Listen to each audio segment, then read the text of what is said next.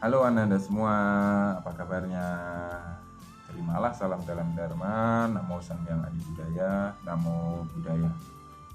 Jumpa kembali bersama Teacher Jumadi dalam pendidikan agama Buddha dan Budi Pekerti untuk kelas 5. Dan pada hari ini kita akan membahas materi tentang mengalahkan marah dan kemudian menjadi Buddha atau menjadi sama-sama Buddha. Setelah pada pertemuan sebelumnya kita telah membahas tentang bagaimana Petapa Gotama ini menghentikan pertapaan kerasnya dan kemudian Petapa Gotama menerima dana makanan nasi susu dari Ibu Sujata, dan kemudian pada saat itu Petapa Gotama juga menyatakan tekadnya di Sungai Neranjara dengan melarungkan pata atau mangkoknya yang kemudian melawan arus, dan kemudian setelah itu Petapa Gotama melakukan perjalanan ke hutan Gaya. Sebelum memasuki hutan Gaya, Petapa Gotama ini menerima dana 8 ikat rumput dari Brahmana penyabit rumput yang bernama Sotya. Setelah itu kemudian Petapa Gotama membawa 8 ikat rumput itu memasuki hutan Gaya, dan pada saat itu Petapa Gotama kemudian duduk di bawah pohon asata. Pohon asata ini sejenis pohon beringin. Pada saat itu pohon ini dinamakan sebagai pohon asata. Tetapi sekarang pohon itu dikenal dengan nama pohon Bodhi. Dan pada saat itu kemudian Petapa Gotama membuat tempat duduk dari 8 ikat rumput yang telah diterima dari Sotya ini menghadap ke arah timur, dan kemudian 8 ikat rumput ini setelah disusun sebagai tempat duduk akhirnya berubah menjadi sebuah singgasana permata atau singgasana aparajita. Kemudian setelah adanya tempat duduk atau singgasana aparajita itu kemudian Petapa Siddhartha duduk, dan pada saat itu beliau menyatakan tekadnya. Tekad beliau adalah walaupun hanya tertinggal kulit, walaupun hanya tertinggal daging, urat dan tulangku, walaupun seluruh tubuh daging dan darahku mengering, aku tidak akan bangkit dari tempat dudukku. Pada saat itu dalam posisi duduk bersila dan juga bermeditasi hingga aku menjadi Buddha. Itulah tekad Petapa Gotama. Rasanya beliau tidak akan bangkit dari duduknya sampai beliau menjadi Buddha. Setelah itu tidak lama berselang, Mara kemudian datang menyerang Petapa Gotama dalam usaha agar Petapa Gotama ini tidak mencapai penerangan sempurna atau tidak menjadi Buddha. Mara datang dengan menunggangi gajah yang sangat besar, atau gajah itu bernama Girimekala. Juga pada saat itu Mara ini membawa ribuan atau puluhan ribu pasukannya. Pada saat itu Mara mencoba membuat Petapa Gotama ini goyah dan takut serta tidak berhasil di dalam usahanya menjadi Buddha. Akan tetapi kedatangan Mara pada saat itu dengan ribuan atau puluhan ribu pasukannya itu tidak membuat Petapa Gotama ini goyah, karena Petapa Gotama ini memiliki kesempurnaan sifat mulia atau yang disebut sebagai paramita. Petapa Gotama ini telah menyempurnakan 10 paramita atau dasa paramita. Setelah Mara ini datang di hadapan dari Petapa Gotama, Mara ini mulai melakukan atau melancarkan serangan. Serangan yang pertama, Mara menyerang dengan angin topan dan badai. Begitu diserang dengan angin topan, angin itu ketika mendekati dari Petapa Gotama, angin itu kemudian kehilangan daya dan angin itu menyebar ke segala penjuru, bahkan tidak sama sekali menyentuh jubah dari Petapa Gotama. Serangan pertama gagal. Lanjut, Mara menyerang dengan serangan yang kedua, yaitu hujan badai. Hujan badai yang sangat deras, seperti akan banjir, akan tetapi sama seperti serangan pertama ya. Hujan itu sama sekali tidak menyentuh Petapa Gotama, bahkan jubah Petapa Gotama pun sama sekali tidak basah. Lanjut ke serangan yang levelnya lebih tinggi ya, serangan yang ketiga, yaitu dengan hujan bebatuan yang menyala dengan asap yang mengepul, terbang dari angkasa yang akan menjatuhi dari Petapa Gotama yang sedang bermeditasi. Akan tetapi sebelum mengenai dari Petapa Gotama ya, bebatuan-bebatuan yang menyala itu kemudian berubah menjadi kuntum bunga surgawi.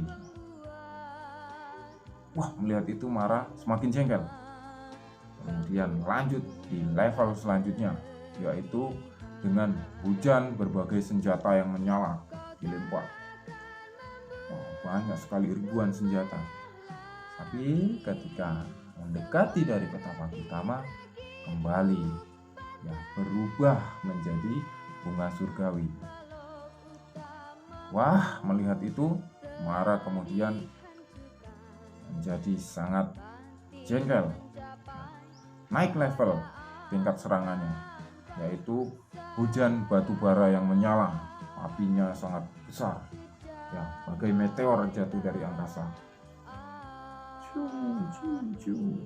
Tapi begitu dekat dengan Petapa Gotama yang sedang bermeditasi, berubah menjadi bunga surgawi. Kemudian lanjut level selanjutnya ya, serangan yang selanjutnya ya, dengan hujan abu panas yang menyala, sama dekat dari Petapa Gotama menjadi serbuk kayu cendana yang sangat wangi.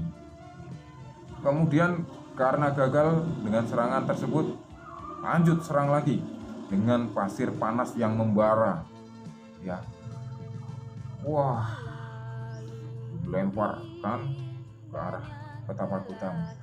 Akan tetapi begitu mendekati Petapa Gotama yang sedang bermeditasi, pasir panas yang membara itu berubah menjadi bunga surgawi. Wah, lanjut serangan yang selanjutnya, yaitu hujan lumpur yang membara. Wah, hujan lumpur atau hujan minyak panas.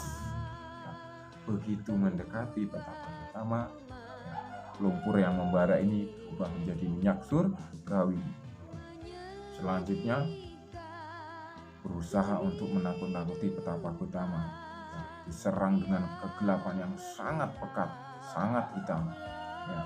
Akan tetapi kegelapan itu kemudian sirna karena pada saat itu tubuh dari Petapa Gotama yang nantinya akan menjadi Buddha ini memancarkan sinar yang sangat terang. Karena serangan senjata yang tidak berpengaruh, kemudian Mara ini mengucapkan sebuah kalimat ya, Siddhartha, menyingkir dari tempat itu bukan tempat dudukmu, itu tempat dudukku. Kemudian Petapa Gotama menjawab bahwasanya, Mara, kamu belum memenuhi 10 sifat sempurna yang membawa kesejahteraan bagi banyak makhluk dan juga membawa kepada pencerahan, sehingga singgasana yang aku duduki ini adalah singgasana milikku, bukan singgasana milikmu. Mendengar jawaban dari Petapa Gotama ya, Mara ini kemudian menjadi murka. Mara kemudian melempar cakramnya ya, senjata cakramnya. Cakram ini mampu membelah pilar bebatuan ya, dilemparnya kepada Petapa Gotama. Ya, begitu mendekati Petapa Gotama ya, senjata cakram ini kemudian berubah menjadi bunga-bunga surgawi yang berbentuk seperti payung yang terbang-terbang di atas dari Petapa Gotama. Nah, kemudian setelah menghalau semua serangan Mara dan menjawab pertanyaan Mara tentang hak kepemilikan dari singgasana Aparajita itu, Petapa Gotama kemudian menanyakan sebuah pertanyaan kepada Mara. Mara, siapakah saksi atas dermamu? Wah, kemudian para pasukan Mara ini menjawab, aku saksinya, aku. Wah, ribut semuanya saksinya. Wah, mendengar itu kemudian Mara menjadi sombong. Betapa Gotama, sudah kamu ketahui kan, saksiku adalah mereka semua. Ya, banyak saksi atas derma atau kesejahteraan yang diberikan oleh Mara, katanya kan. Kemudian Mara balik tanya kepada Betapa Gotama. Betapa Gotama, siapakah saksi dermamu? Maksudnya adalah saksi atas kesempurnaan paramita dari Betapa Gotama. Derma yang dimaksud di sini adalah derma, yaitu memberikan kesejahteraan dan kebahagiaan bagi banyak makhluk dengan cara menyempurnakan 10 paramita. Nah, kemudian pada saat itu Betapa Gotama menyentuh bumi. Setelah menyentuh bumi, kemudian Betapa Gotama berkata bahwa, bumi, apakah engkau menyaksikan seluruh dermaku? Pada saat itu kemudian bumi bergetar menjadi seperti gempa. Nah, karena getaran itu kemudian gajah Girimekala ini terjatuh dan berlutut di hadapan Betapa Gotama. Nah, pada saat itu ya, Mara dan pasukannya ya, kemudian kalang kabut, pergi mereka, kabur, mereka menghilang. Setelah Mara ini menghilang, Betapa Gotama kemudian melanjutkan meditasinya dan akhirnya Betapa Gotama menjadi Buddha yang kita kenal sebagai Buddha Gautama. Nah, Betapa Gotama ini menjadi Buddha, yaitu sama-sama Buddha. Buddha yang menemukan Dharma dengan usahanya sendiri atau mencapai penerangan sempurna dengan usahanya sendiri, dan kemudian beliau mampu mengajarkan Dharma kepada makhluk lain.